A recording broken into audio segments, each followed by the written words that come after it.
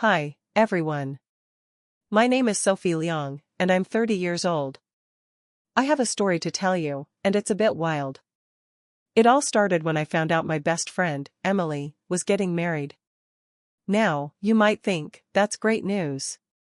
And it would be, except I wasn't invited. Can you believe it?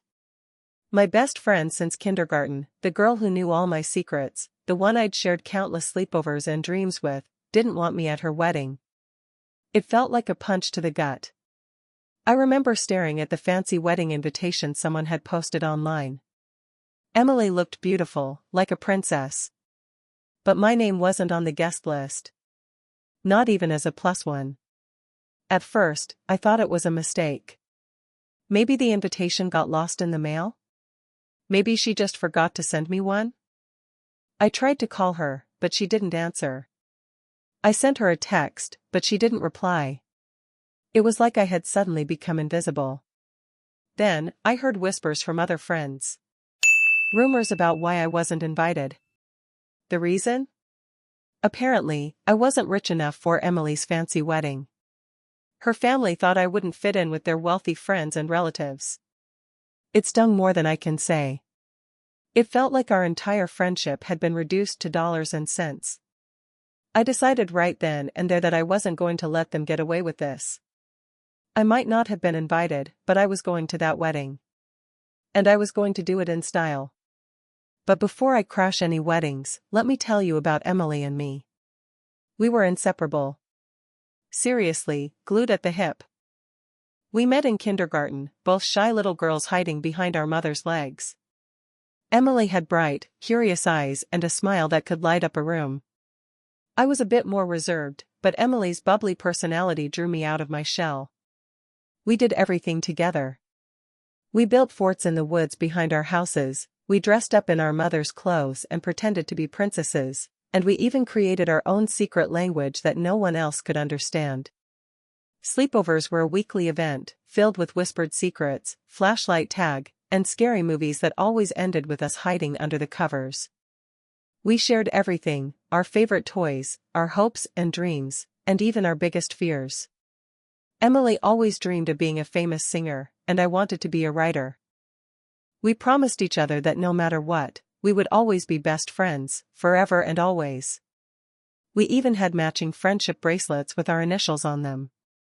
I remember one time I fell and scraped my knee really badly. I was crying, and Emily ran to get a bandage and cleaned my wound. She held my hand and told me everything would be okay. That's just the kind of person she was, always caring and always there for me. Those were the days. Before everything changed. Before money and status came between us. Before I became not good enough for her life. Thinking back on it now, it feels like a different lifetime.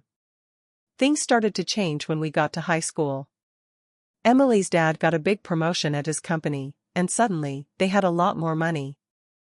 They moved to a bigger house in a fancier neighborhood, and Emily started going to a private school. I was happy for her, of course, but I couldn't help feeling a little left behind. My family, on the other hand, was struggling. My dad lost his job, and we had to move to a smaller apartment. We couldn't afford the same clothes or the same activities as Emily anymore. I started to feel like I was living in a different world than her.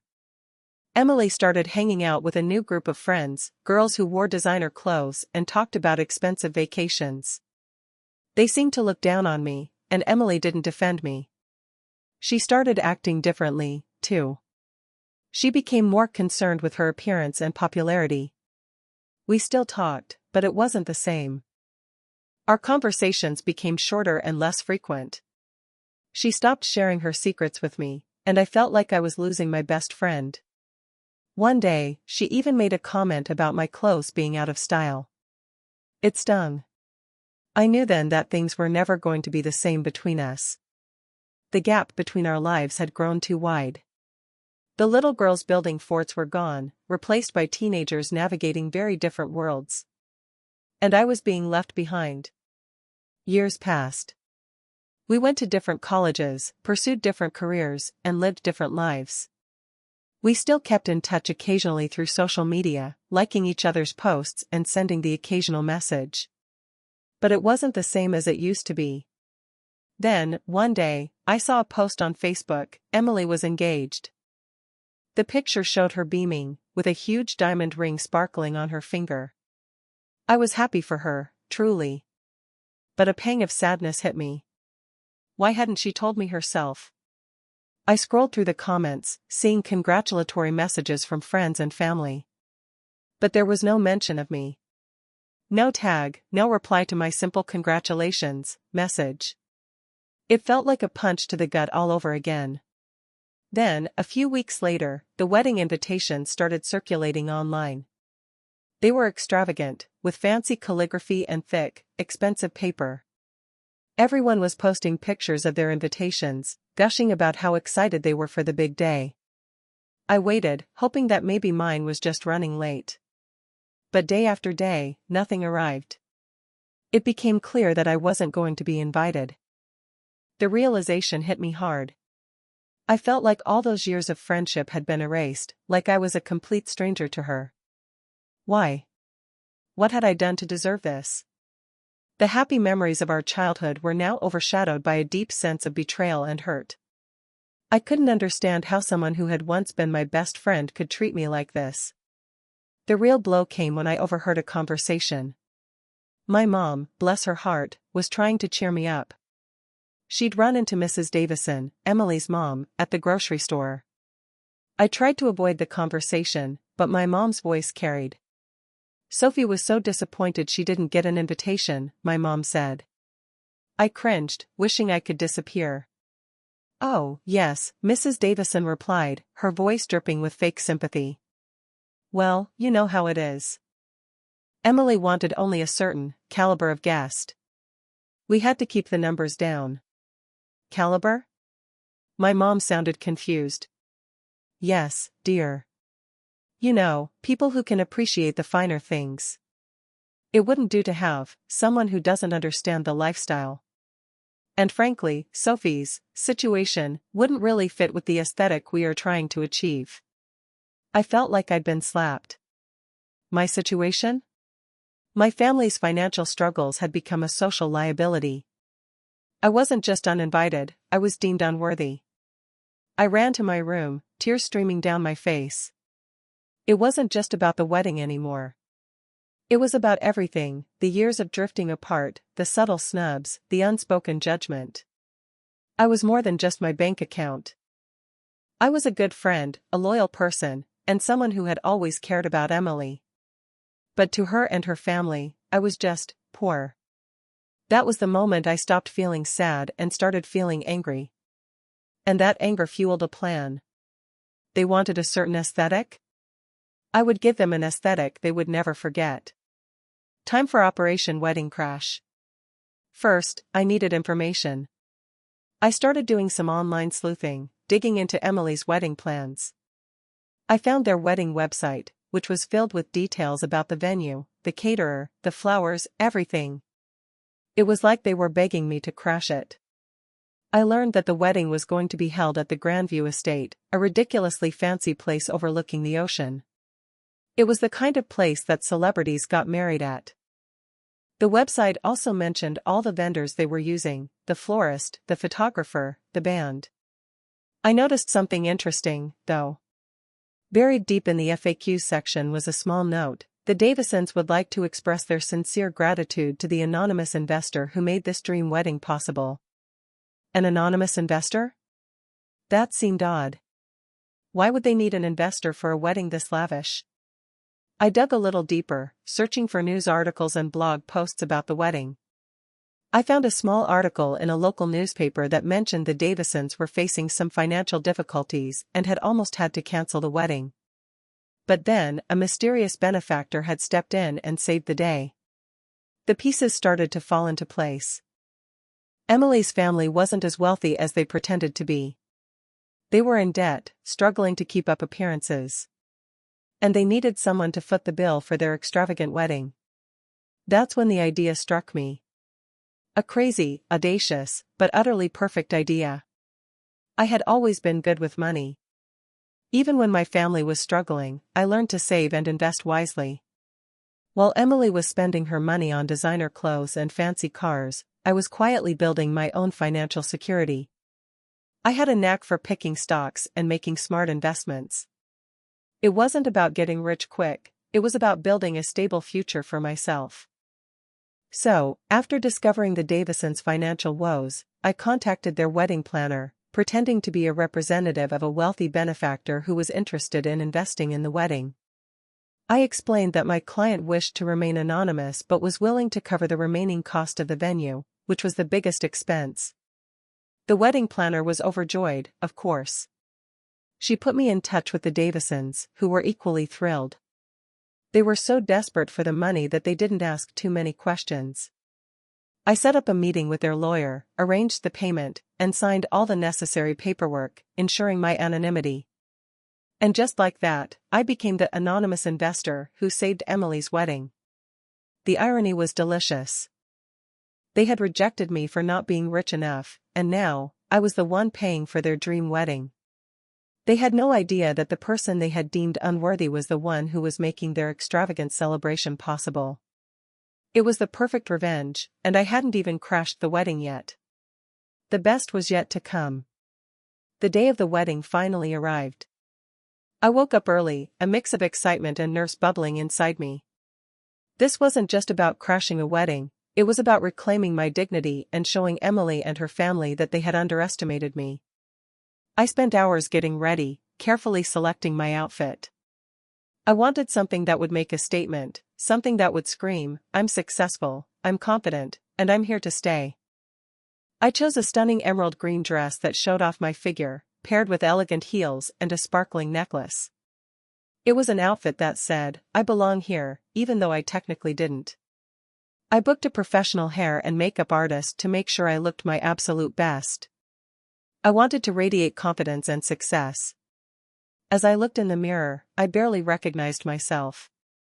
I wasn't the shy, insecure girl who had been rejected by her best friend. I was a strong, independent woman who was about to crash a wedding in style. I knew that walking into that wedding uninvited would be a bold move, but I was prepared. I had a plan, and I was ready to execute it. This wasn't just about getting revenge, it was about showing Emily and her family that they couldn't define me. I was more than just my bank account, and I was about to prove it to them. With a deep breath, I grabbed my clutch, walked out the door, and headed towards the Grandview estate, ready to make an entrance they would never forget. The game was on. As I approached the Grandview estate, I could hear the music and laughter spilling out into the warm air. The venue was even more breathtaking in person than it had been online. The manicured gardens were filled with flowers, and the ocean view was stunning. It was the picture-perfect wedding that Emily had always dreamed of. I took a deep breath and walked towards the entrance. The security guard stopped me, as expected. "May I see your invitation, please?" he asked politely. "I'm not on the guest list," I said confidently. "But I'm expected." He raised an eyebrow. "I'm sorry, ma'am, but without an invitation, I can't let you in." "I understand," I said, reaching into my clutch. "But I believe Mrs. Davison is expecting me. Tell her Sophie Leong is here." The guard hesitated, then radioed Mrs. Davison. I could see the shock on his face as he listened to the reply. He quickly handed me back my clutch and said, "Please, go right in, Ms. Leong. We're so sorry for the inconvenience." As I walked through the gates, I could feel all eyes on me. The guests were dressed in their finest attire, sipping champagne and mingling. I held my head high and walked towards the main reception area, my heels clicking on the stone pathway. I spotted Emily's parents standing near the entrance, their faces a mixture of shock and embarrassment. They rushed towards me, trying to put on a friendly facade. "Sophie. Darling, how wonderful to see you." Mrs. Davison gushed, grabbing my hands. "We're so glad you could make it." "Wouldn't miss it for the world," I replied, my voice dripping with sarcasm. "Especially since I helped pay for it." Mrs. Davison's smile faltered for a split second, but she quickly recovered. "Oh, you," she said, with a nervous laugh. Always the jokester. Come, let me introduce you to some people. She dragged me around, introducing me to various guests, all the while whispering to them, "This is Sophie, a dear friend of the family."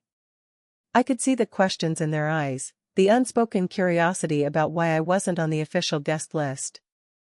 I made small talk, smiling politely and deflecting their questions with vague answers. All the while, I was scanning the crowd, looking for Emily. I finally spotted her standing near the altar, talking to her soon-to-be husband. She looked stunning in her white dress, but I could see a hint of nervousness in her eyes. As I made my way towards her, I could feel Mrs. Davison's grip tightening on my arm. "Sophie, dear, why don't you mingle a bit more? I'm sure there are plenty of people you haven't met yet."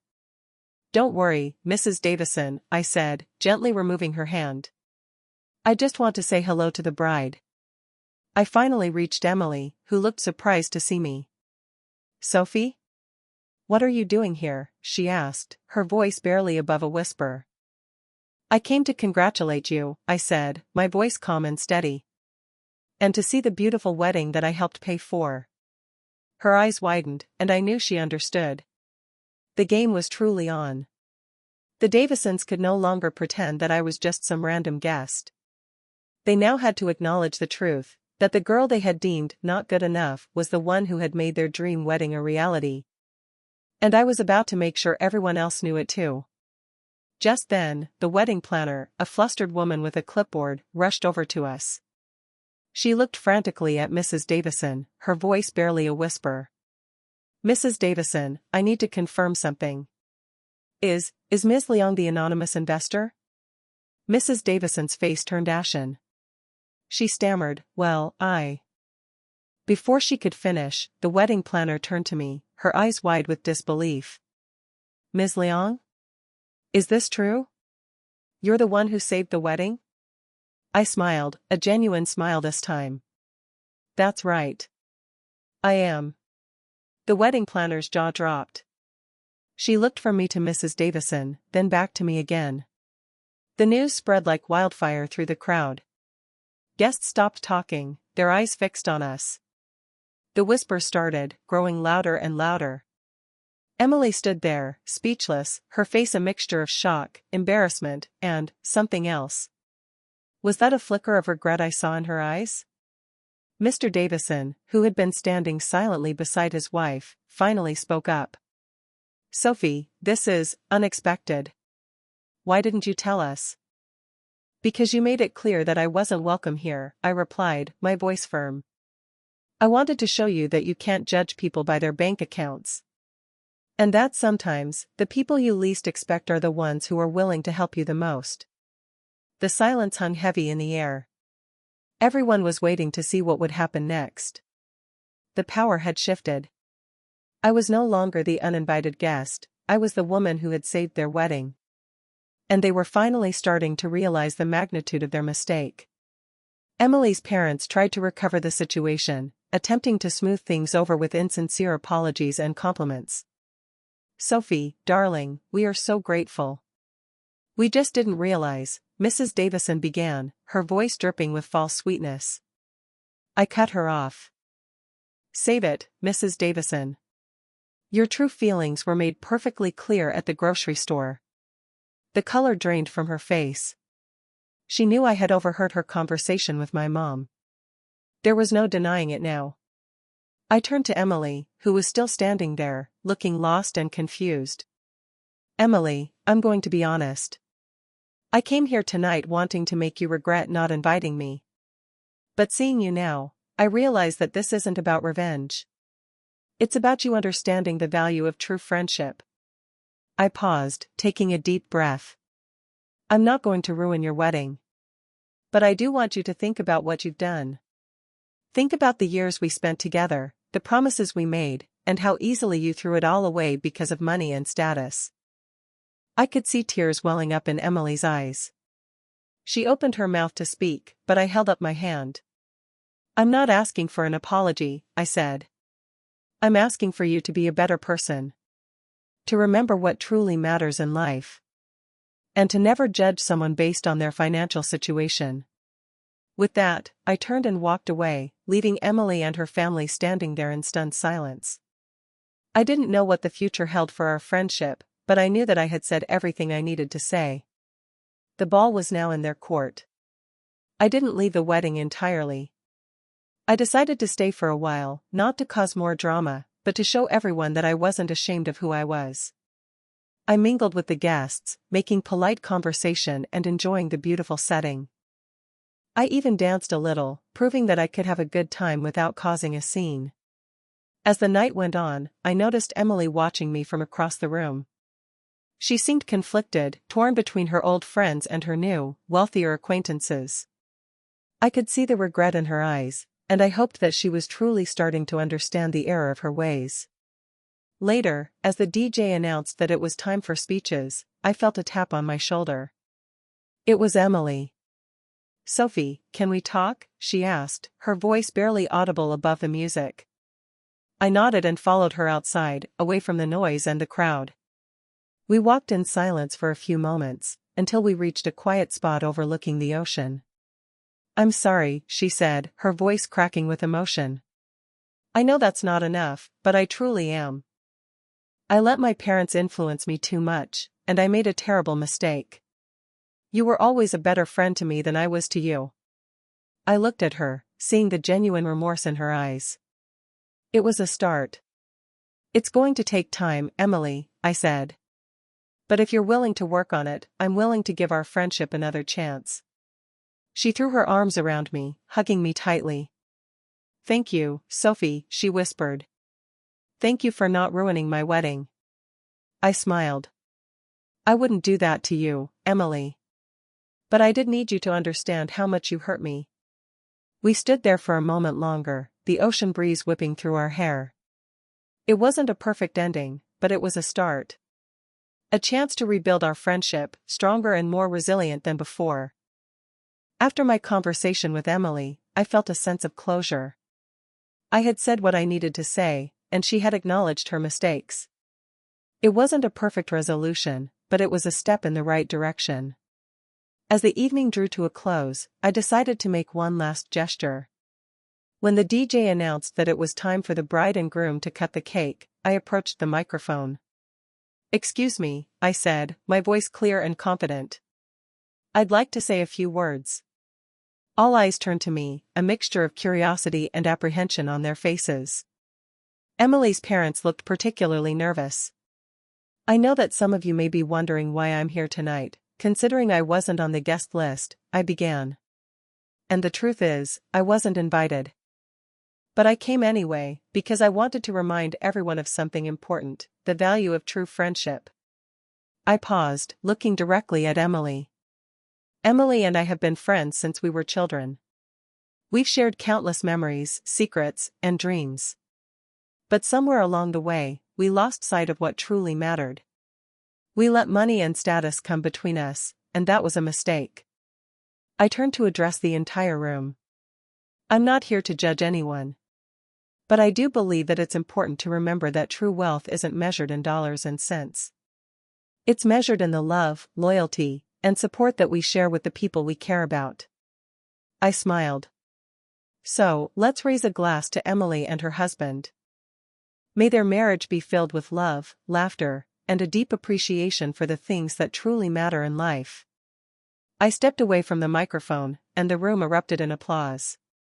I had made my point, subtly but effectively. I hadn't ruined the wedding, but I had left everyone with something to think about. And that, I realized, was the best revenge of all. The rest of the evening passed without any major incidents. I continued to mingle, dance, and enjoy the festivities, showing everyone that I was perfectly capable of having a good time, regardless of whether I had been officially invited or not. I made a point of being gracious and kind to everyone I met, even Emily's snobby friends. I wanted to prove that I wasn't bitter or resentful, but simply someone who valued genuine connections and treated everyone with respect. As I was leaving, Emily approached me one last time. "Thank you, Sophie," she said, her voice sincere. "For everything." I smiled. "You're welcome, Emily.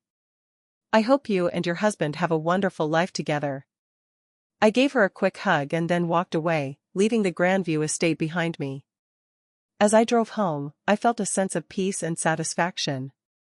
I had crashed the wedding, made my point, and even started to mend my friendship with Emily. But more importantly, I had proven to myself that I was strong, resilient, and capable of anything I set my mind to. I had turned a negative situation into a positive one, and I had emerged from it a better person. The experience had taught me a valuable lesson, that true wealth isn't measured in money, but in character, integrity, and the ability to forgive. And that, I realized, was a lesson that Emily and her family desperately needed to learn. The wedding may have been about Emily, but the night belonged to me. I had crashed it, and I had crashed it with style. It's been a few months since Emily's wedding. We've been slowly rebuilding our friendship, taking things one step at a time. It's not the same as it was before, and maybe it never will be. There's a certain amount of trust that was broken, and it takes time to heal those wounds. We started by meeting for coffee, just like we used to do in high school. We talked about everything, our jobs, our relationships, our dreams for the future.